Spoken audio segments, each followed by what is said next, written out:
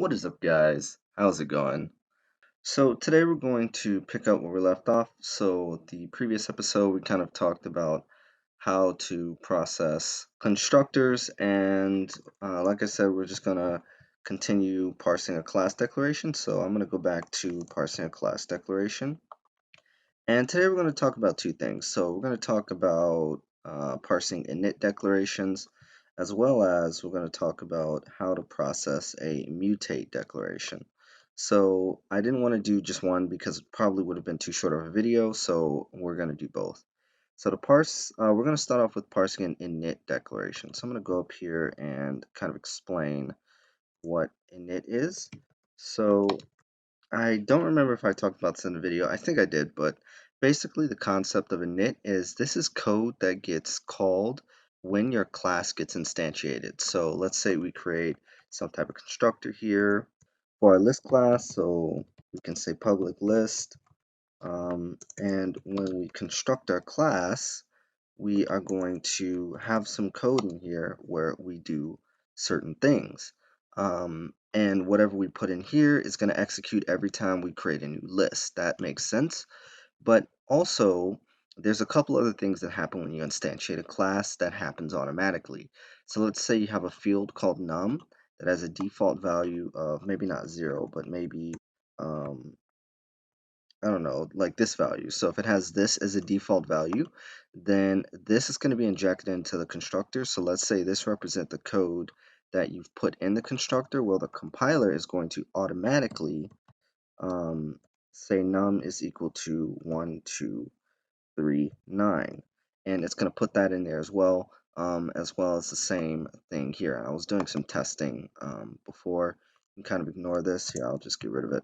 And then also, let's say we had some code in here. So like, let's say I'm going to go here, create a function called foo. Again, apologize for the terrible names. I am not good with coming up with names, as you guys already know, but you guys get the premise. So let's say we created a function called foo in our language and we put this in the init block. Well, what this is effectively going to do is in every single constructor, we're going to say, and it runs in it on a by order basis, right? So the fact that this code came before this code means that this will get injected first and then this will get injected second. Again, you don't really need to know this, like for the purposes of this video. This is for later on, but I'm just kind of going through everything right now and we'll revisit this again later. We'll get to it, but you'll basically be doing that. So like these two pieces of code here will generate this. Here, let me put an equal sign here.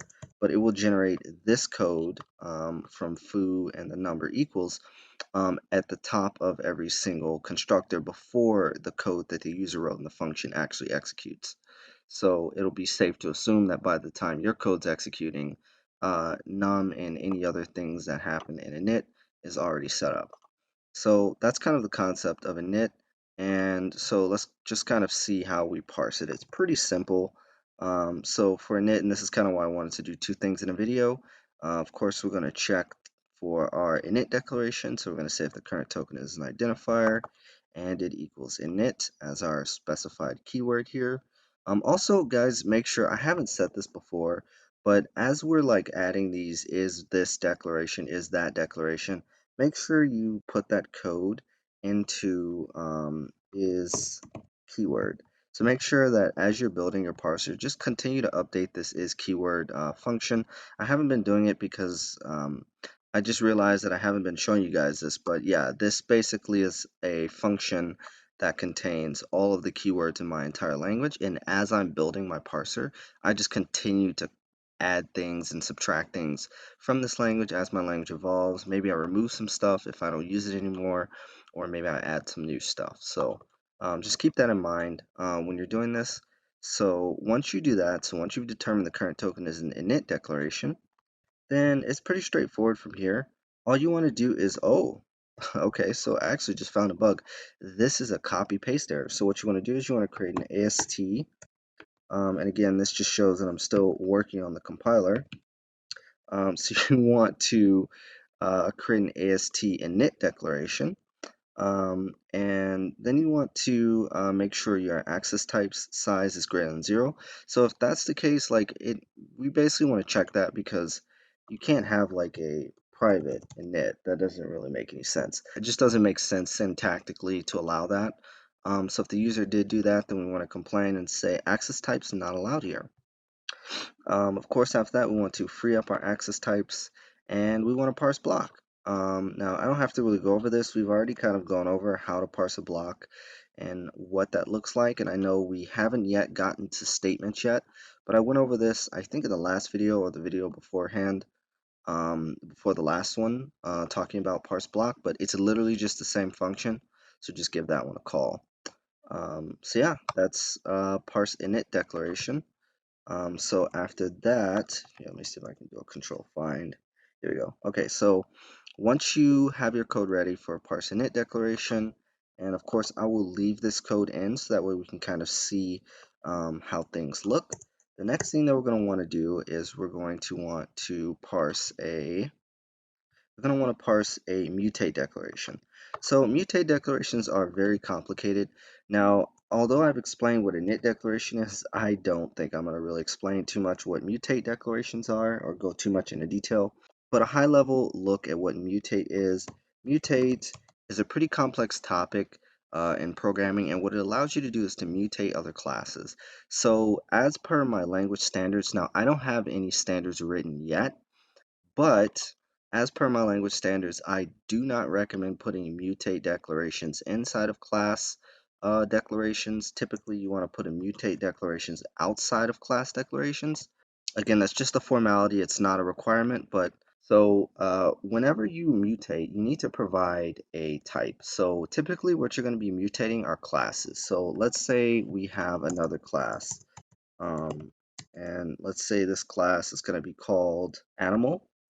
So we have our animal class here, and let's say animal class has size. So you can have our size. Let's say it also, whoops, let's update that. And let's say it also has, I don't know, some other things like legs, because every animal has a certain amount of legs. And I don't know, just some other data as well, right? So let's say we want to mutate this animal class. Let's pretend that this class is in a library called animal builder. And let's say, oh, I completely messed up that word.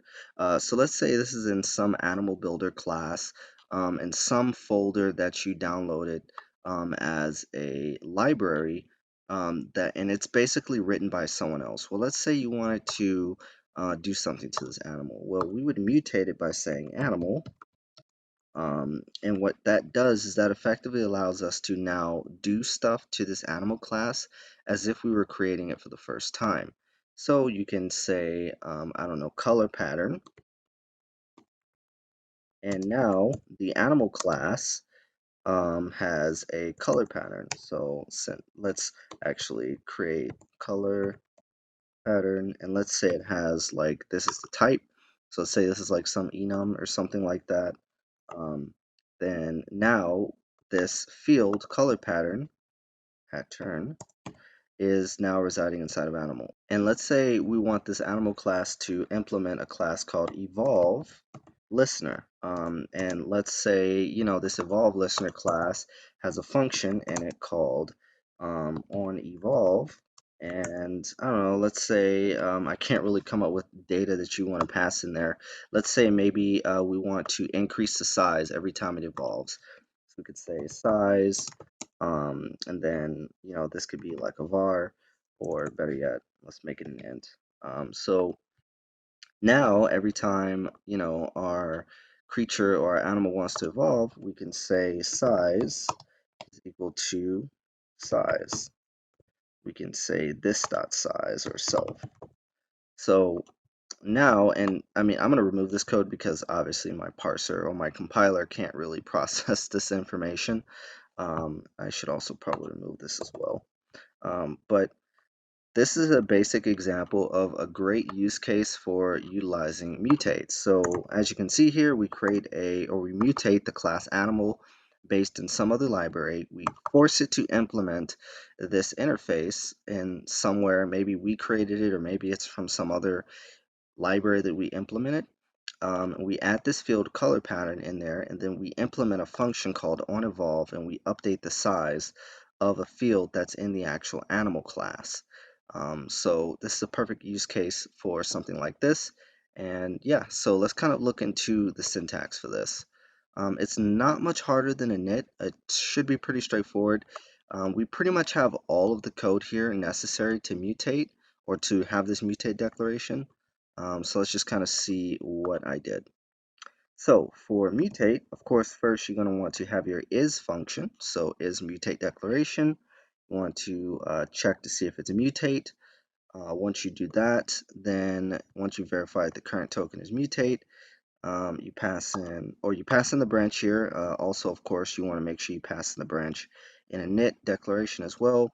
I don't think I have to say this too much anymore. I mean, if it's something other than branch, I will probably mention it, but from now on, typically you guys can expect that anytime I'm passing an AST into a function, it's probably going to be called branch, and it's probably most likely going to be the branch, which is the first variable that's created at the top of every single function. So I'd say it's safe to assume that that's what it is. And like I said, if there's something else that I'm passing in other than branch, then I'll mention it. So let's jump into mutate declaration function. So of course we're going to create our branch. We want to create an AST of AST mutate declaration. Same thing here, we want to add the same code that we had in the init declaration. Doesn't make sense for us to have like a public, private, or static. We can't modify the accessibility of this class. I think that would be giving the user far too much power.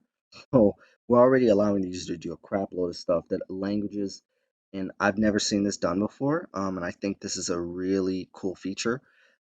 So I don't want to give the user too much power, so that's kind of why I'm also limiting access specifiers on this as well. So once you block that and you put your complaint or your error message here, if we have access specifiers, then you want to basically create a name AST. So here, and here's a perfect example, right? So this is a different AST that we're passing in. All right, so I just looked at this. I was a little confused as to what the purpose of this was. Basically, you want to create an AST called AST underscore name.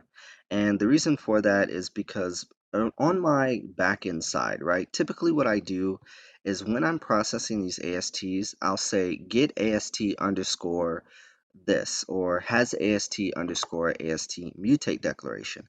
Well, in this case, the way that I have this formatted, you have a reference pointer that you parse, which represents this portion. So here I'm going to do this. I'm going to see if I can split this vertically. Okay, so you have the AST reference pointer, which represents this. But then you could also have this, you could also force this class to, you know, force it to have a base class. So you can't really have a base class of animal. Let's say this was like dog, and then we maybe had like a base class of animal, or maybe better yet, color pattern. Dogs don't. I mean, dogs do have color patterns, but let's say we had like tiger, right? We forced tiger to um, have a base class of animal, and we added an evolve listener on this animal type. So this would be an example of that, and you can see here that when you're parsing a base class, you also need to parse a reference pointer. So if I call get AST underscore reference pointer, well, which one is it going to get, right? So I kind of had to say AST name, just create this, just denote that this AST name represents the name of the class that you're mutating. So again, just don't want to explain too much about that, but that's kind of why. I know it might seem a little weird, but that turned out to be a bug on the back end, so I thought it was important to mention. So we already know what parse reference pointer is. So after that, you want to have your base parsing code. So you just want to check to see if the next character is a base. If so, we want to expect base and parse a reference pointer. And then you also want to check to see if the user has any interfaces that they want to implement or force the class to implement. So we have this code here where we peek the next character is equal to this character, and if so, we want to expect that character, and then we want to parse a reference pointer list. I think we've gone over this before, but just to be sure, to be honest, it's getting a little bit difficult for me to remember which functions we've gone over and which we haven't because there's just so much that I have to go over, and a lot of things intersect. But basically, a reference pointer list is a list of reference pointers where you check for the next token to be a comma. If so, you expect the comma and you parse another reference pointer. So pretty simple there, not too much going on in this function. And then, yeah, and then after that, you just parse a class block. So we already have the code for parsing a class block. So you just call the same function here and you're done. So mutate declarations are pretty simple. Like I said, the expectation for mutate declarations is to have that code syntax, have that code basically take the place of a class and do whatever you do in there as you would if you were creating a class. All right, so now that I've pretty much shown everything that we need to do today, let's kind of do our customary looking at the actual output to see how everything looks. So I'm gonna remove that code there. I'm gonna remove this code. All right, so we're gonna kind of see how everything looks in its most basic form. So I'm gonna also get rid of, go to parse class declaration, and we're gonna go down here, uncomment this code, put a breakpoint, and see what gets outputted. All right, so now we're here. It took a little bit longer to build for some reason. So we basically have our init declaration first. So we're going to have our class declaration of list. I'm going to start out with our init declaration. So I'm going to have two ASTs here, our init and our mutate. That's why I have two, so that looks to be correct. Then we have our init declaration. They're pretty simple. It's just a block, literally. So there's not really much to look at here. But at least we can see that the formatting is correct. There's no, doesn't look like anything's weird here, or anything's broken. After that, we have our mutate declaration. Now, I know we haven't gone over function declaration, so we can kind of just ignore that, but we can kind of look at everything else just to make sure everything is processed properly. So if we look at our mutate declaration, we can see we have our base here. Now, you probably don't need these characters. I just have them for reasons, don't really know why, but you can probably omit those. But after you do that, you have your AST name, which is basically representing the tiger. So this is the name of the class that we're mutating. So it looks like it's a reference pointer of tiger. That looks to be correct. So once you do that, looks like we have a reference pointer, which is totally fine. So this is our base class of animal. Once you do that, then we have a reference pointer list. So we have our colon, and then we have our evolve listener interface here. So we have that. Looks like we have a reference pointer list with just one reference pointer, which is good. We have a reference pointer evolve listener. So this looks to be good as well. So we come into here and we start processing the block with the class block of our mutate declaration. Looks like we have a variable declaration called color pattern, and has a utype of a type identifier, which is a reference pointer of color pattern. So that looks to be good. And then finally, we have our function. Not really going to go over this. It's just a method declaration. We'll go over method declarations in a future episode. But as you can see, at least we know that in this mutate declaration, we have two ASTs, a variable declaration and method declaration. So we're just going to assume that this was done properly. So hopefully that made sense. Also, really quick, by the way, I'm going to search for what to do here. I fixed a bug in my compiler. As I've been, developing this language, I found a bug in my parser that turned out to be a pretty big one. So I would highly suggest you fix this. This is basically a bug in my parser where when I'm parsing a type identifier, it could basically break the parser. So like, here's a perfect example of what was happening. So let's say we had results, and you saw this code here before, but let's say we say num is equal to 109 or something. I don't know, just whatever, right? When I'm parsing this, the problem that I experience with the parser is I would get down to parsing a type identifier, which is totally fine. I mean, this is a type identifier, but when you pair this type identifier with an expression, that's where the problem comes. So it worked perfectly fine without the parentheses, But once I added the parentheses, it broke because of the way that I parse expressions in the formatting. So if we look here, it checks to see if it's a native type, then it checks for a function pointer. And before, I didn't have this code here, so I added, you can see the green lines here. I just fixed this bug, by the way.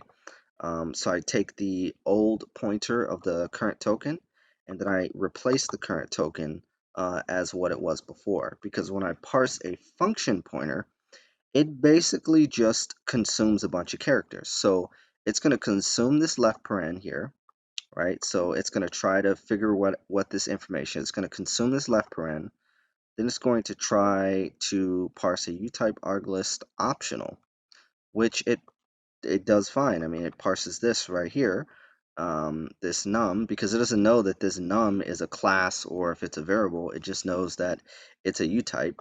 And then it checks to see if the next is a left paren, which it isn't. So the next isn't going to be a left paren, but it's already consumed these characters.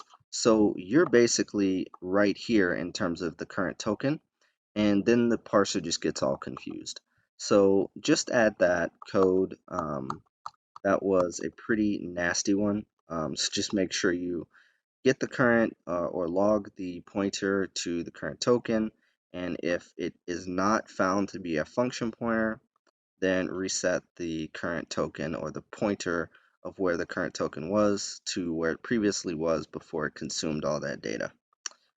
So that's pretty much it for today, guys. Hopefully that made sense.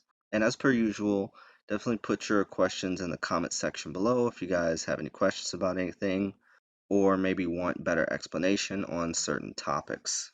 And as per usual, if you guys would love to help and support the channel, you can definitely head over to my GitHub repository at androidevcd/sharp. Definitely watch, star, and fork the repository when you guys head over there. That gives this project a lot more visibility and lets other developers know this language exists. Also, if you are interested in kind of keeping up to date with what's going on with the language and the day-to-day, you can head over to the remastered branch. That's pretty much where I'm going to do all of my development. I update this one pretty frequently, so you can definitely see I have tons of commits here, and they're also pretty wordy. If you're curious about what I've been doing, and maybe don't want to have to like go into the code and see what's happened and what's changed, you can just kind of read the commits and get an idea of what I've been working on. Also, if you're a little bit curious in terms of maybe stuff that I'm looking to add to the language or maybe stuff that I've done in the past, you can head over to the docs folder, and in there you can check out the change list file. That's going to be pretty much everything that I've done in the past to the language, features I've added, bug fixes, and so on and so forth.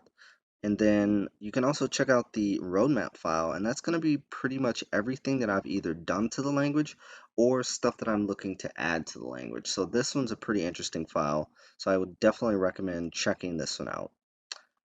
But yeah, so that's going to be it for today, guys. Definitely like, comment, and subscribe if you guys like what you saw and you want to see more. Until next time, I'll see you guys later.